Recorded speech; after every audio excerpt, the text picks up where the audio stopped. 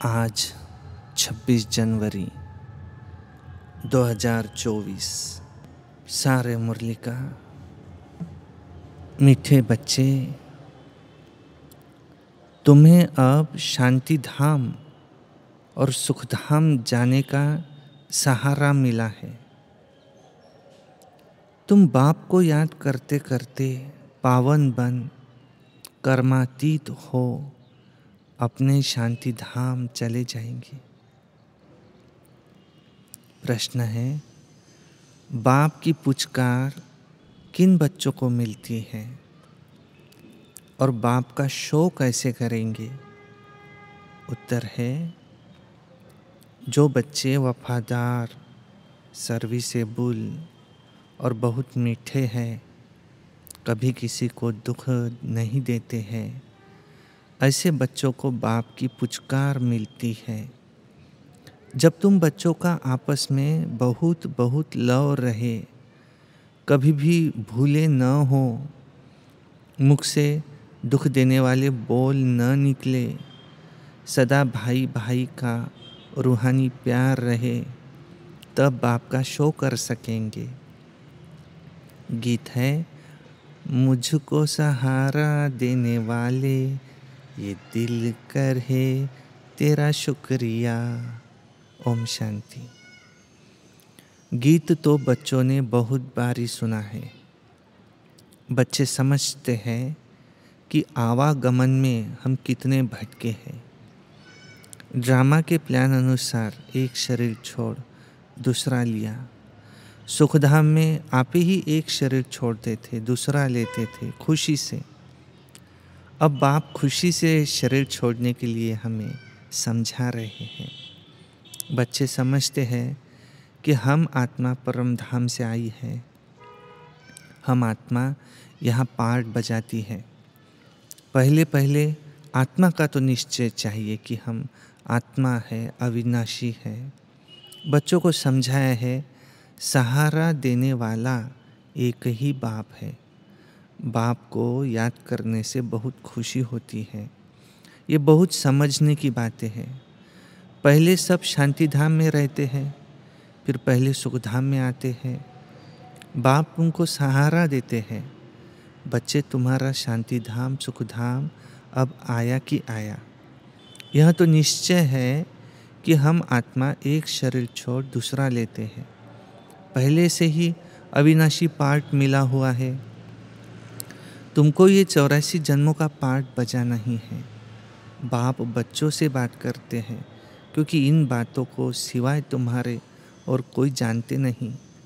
इस पुरुषोत्तम संगम युग पर ही पुरुषोत्तम बनाने के लिए बाप हमें रास्ता बताते हैं। आत्मा को कोई डर नहीं होना चाहिए। हम तो बहुत ऊंच पद पाते हैं।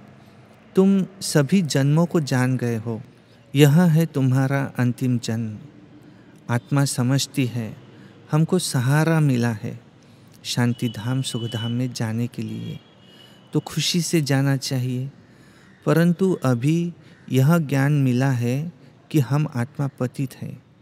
आत्मा के पंख टूटे हुए हैं।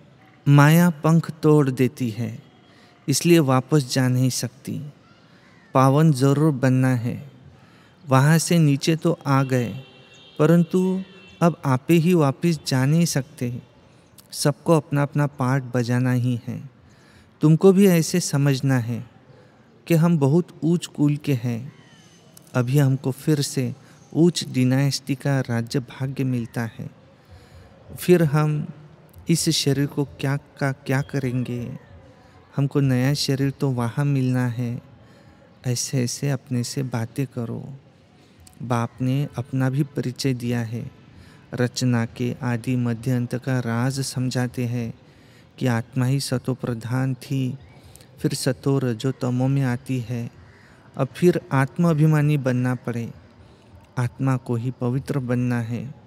बाप ने कहा है, बस मुझ एक को याद करो और कोई को भी याद न करो।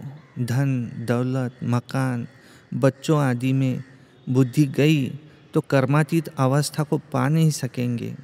फिर पद कम हो जाएगा और फिर सजाएं भी खानी पड़ेंगी। अभी हम आत्मा लौटने वाली है, पावन बन लौटना है। बाप आए हैं पावन बनाने, तो हमें खुशी से बाप को क्यों नहीं याद करना चाहिए। जो हमारे विकर्म विनाश हो जाए, खुद याद करते होंगे तो दूसरों को कहने से भी तीर लगेगा। इसको विचार सागर मंथन कहा जाता है। सुबह सुबह विचार सागर मंथन अच्छा होता है, क्योंकि बुद्धि अच्छी होती है, रिफ्रेश होते हैं। भक्ति भी उस समय होती है। गीत है ना, राम सुमिर प्रभात मोरे मन। भक्ति मार्ग में तो सिर्फ गाते थे, अभी बाप का डायरेक्शन है कि सवेरे सवेरे उठ मुझ बाप को याद करो। सतयुग में तो राम को सिमरते ही नहीं, ये सब ड्रामा बना हुआ है। तो बाप आकर के ज्ञान और भक्ति का राज समझाते हैं। पहले तुम भी नहीं जानते थे, इसलिए पत्थर बुद्धि कहा जाता है। सतयुग में ऐसे नहीं कहेंगे, इस समय ही कहते हैं ईश्वर तुम्हारी बुद्धि को अच्छा करे, इस समय कहते हैं। ये गायन भक्ति मार्ग में फिर चलता है। तो बाप बच्चों को बहुत प्यार से समझाते हैं कि बच्चे, तुम मुझ बेहद के बाप को भूल गए हो। तुमको आधा कल्प के लिए मैंने बेहद का वर्षा दिया था, तुमको बेहद का संन्यास मैंने ही कराया था। मैंने ही कहा था कि ये सारी दुनिया, पुरानी दुनिया कब्र दाखिल होनी है, अब जो ख़त्म होने वाली है उसको तुम क्यों याद करते हो। मुझे तुम बुलाते ही हो बाबा, हमको पतित दुनिया से छुड़ाए, हमें पावन दुनिया में ले चलो। पतित दुनिया में करोड़ों मनुष्य है, पावन दुनिया में बहुत थोड़े होते हैं। तो कालों के काल महाकाल को बुलाते हैं ना। भक्तों ने भगवान को बुलाया कि आकर भक्ति का फल दो। हमने बहुत धक्का खाया है, आधा कल्प की आदत पड़ गई है, तो उनको छोड़ने में मेहनत लगती है। ये भी ड्रामा में नूंद है। तो बच्चे नंबरवार पुरुषार्थ अनुसार अपनी कर्मातीत अवस्था को पाते हैं। कल्प पहले मुआफिक, फिर विनाश हो जाएगा। अभी तो देखो रहने की ही जगह नहीं रही है, अनाज नहीं है, खाए कहाँ से। अमेरिका में भी कहते हैं करोड़ों मनुष्य भूख में मरेंगे, क्योंकि ये नेचुरल कैलेमिटीज़ तो होनी ही है। लड़ाई लग जाए ना तो अनाज कहाँ से आएगा सोचो। लड़ाई भी बहुत भयानक होती है। जो भी सामान उनके पास तैयार है वो सब तो निकलेंगे ना। नेचुरल कैलेमिटीज़ भी मदद करेंगी। उसके पहले कर्मातीत अवस्था को पाना है, सांवरे से गोरा बनना है। काम चिता पर बैठ तो तुम सांवरे बन गए हो, अब बाप तुम्हें खूबसूरत बनाते हैं। आत्माओं के रहने का ठिकाना तो एक ही है ना। यहाँ आकर के पाठ बजाते हो, राम राज्य और रावण राज्य को क्रॉस करते हो। अब बाप ने बताया है ये पुरानी दुनिया का अब अंत है, मैं आता ही हूँ अंत में। जब बच्चे बुलाते हैं पुरानी दुनिया का विनाश तो ज़रूर होना ही है। गायन भी है, मिरुआ मौत और मलू का शिकार। लेकिन बाप की श्रीमत पर नहीं चलेंगे तो खुशी नहीं हो सकती। अब तुम बच्चे जानते हो हमको ये शरीर छोड़ अमरपुरी में जाना है। तुम्हारा नाम ही है शक्ति दल शिव शक्तियाँ। फिर तुम प्रजापिता ब्रह्मा कुमार और कुमारियाँ हो। शिव के तो तुम बच्चे हो, फिर आपस में भाई बहन बनते हो। प्रजापिता ब्रह्मा द्वारा ही रचना रची जाती है। ब्रह्मा को ग्रेट ग्रेट ग्रैंडफादर कहते हैं। तो बाप आत्माओं को बैठ समझाते हैं, आत्मा ही शरीर द्वारा सब कुछ करती है, आत्मा के शरीर को मारते हैं। तो आत्माएं कहेंगी कि हमने इस शरीर से फलानी आत्मा के शरीर को मारा। बच्चे पत्रों में लिखते हैं हम आत्मा ने शरीर द्वारा ये भूल की। तो मेहनत है ना, इसमें विचार सागर मंथन करना है। मेल्स के लिए तो बहुत ही सहज है। मुंबई में सुबह को कितने घूमने फिरने जाते हैं और तुमको तो एकांत में विचार सागर मंथन करना पड़े। बाबा की महिमा करते रहे बस। बाबा कमाल है आपकी, देहधारी की महिमा नहीं गाई जाती। विदेही ऊंचे से ऊंचा भगवान है, वो कभी अपनी देह नहीं लेते हैं।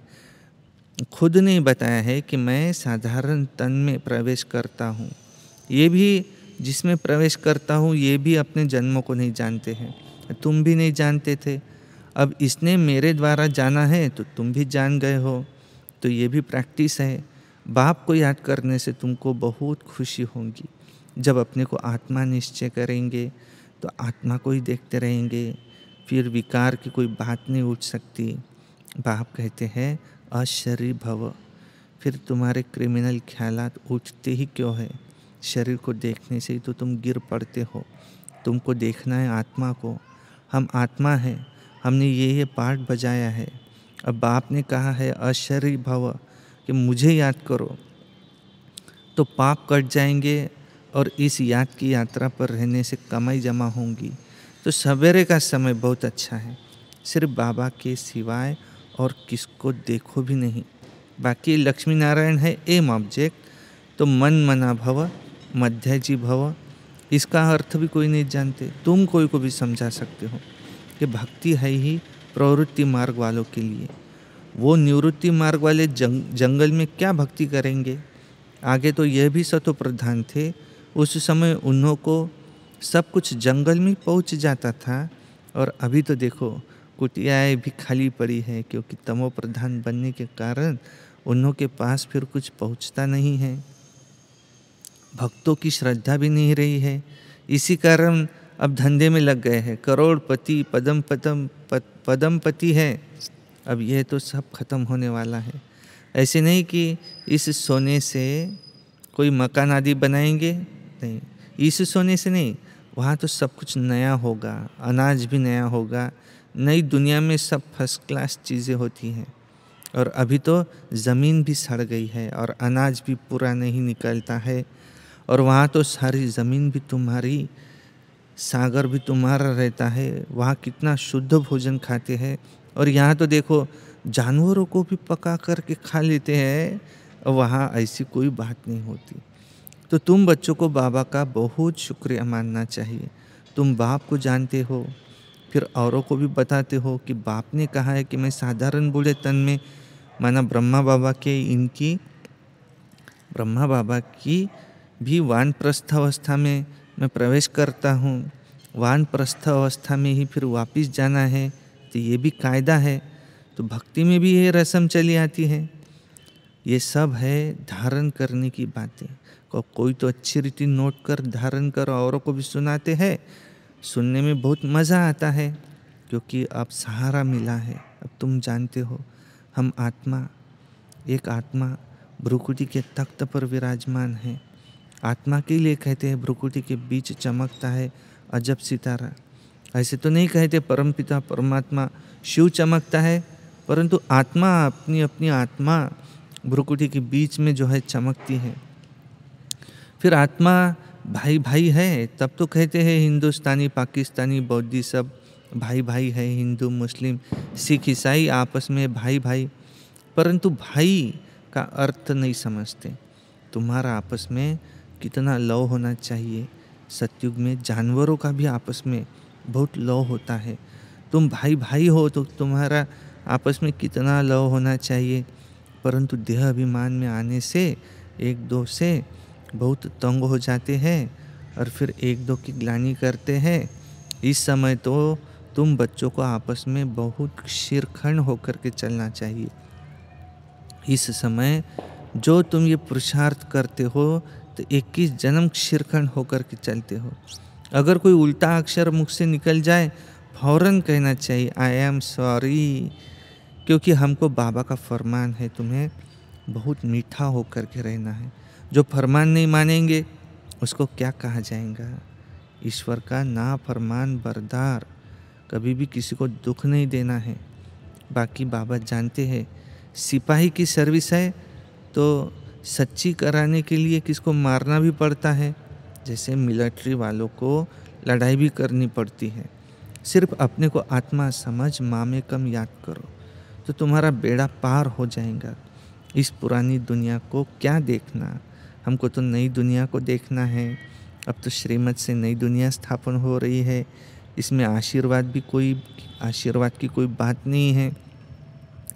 टीचर कभी आशीर्वाद नहीं करते हैं, टीचर तो पढ़ाते हैं। अब जितना जो पढ़ते हैं, मैनर्स धारण करते हैं, तो वो ऐसा ऊंच पद पाते हैं। इसमें भी ऐसा ही है। तो अपना रजिस्टर आप ही देखना चाहिए कि हम कैसे चलते हैं। कोई तो बहुत मीठा होकर के चलते हैं, हर बात में राज़ी रहते हैं। बाबा ने कहा है तुम आपस में कचहरी करो कि कोई भूल तो नहीं होती है, परंतु कचहरी करने वालों को समझना भी ये चाहिए कि हम आत्मा है। हम अपने भाई से पूछते हैं इस शरीर द्वारा कोई भूल तो नहीं हुई है, किसको दुख तो नहीं दिया है। बाप कभी किसी को दुख नहीं देते हैं। बाप तो सुखधाम का मालिक बनाते हैं। बाप है ही दुख हरता सुख करता, तो तुमको भी सबको सुख देना है। उल्टा सुल्टा कभी नहीं बोलना चाहिए, कभी भी लॉ हाथ में नहीं उठाना चाहिए। तुम्हारा काम है बड़ों को रिपोर्ट करना, बहुत मीठा बनना है। जितना मीठा बनेंगे उतना बाप का शो करेंगे। बाबा प्यार का सागर है, तुम भी प्यार से समझाएंगे तो तुम्हारी विजय होंगी। बाप कहते हैं मेरे लाडले बच्चे कभी किसी को दुख नहीं देना। ऐसे बहुत हैं जो उल्टी सुल्टी भूलें करते हैं, चुगली करते हैं, रीस करना, हसद करना, यह भी विकर्म है ना। बाबा कहते हैं जो अच्छा वफादार सर्विसेबल बच्चा होगा ना, वो हमको ज़रूर मीठा लगेगा। फिर उनको बाबा पुचकार भी देंगे, दूसरे को नहीं देंगे।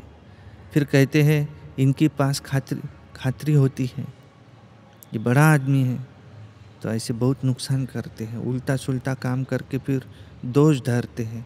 समाचार आता है कि फलाना बीड़ी नहीं छोड़ता। बाबा कहते हैं उनको भी समझाना पड़ता है कि तुम योग बल से विश्व को पावन बना सकते हो, तो क्या ये नहीं छोड़ सकते? तुम बाप को तो याद करो।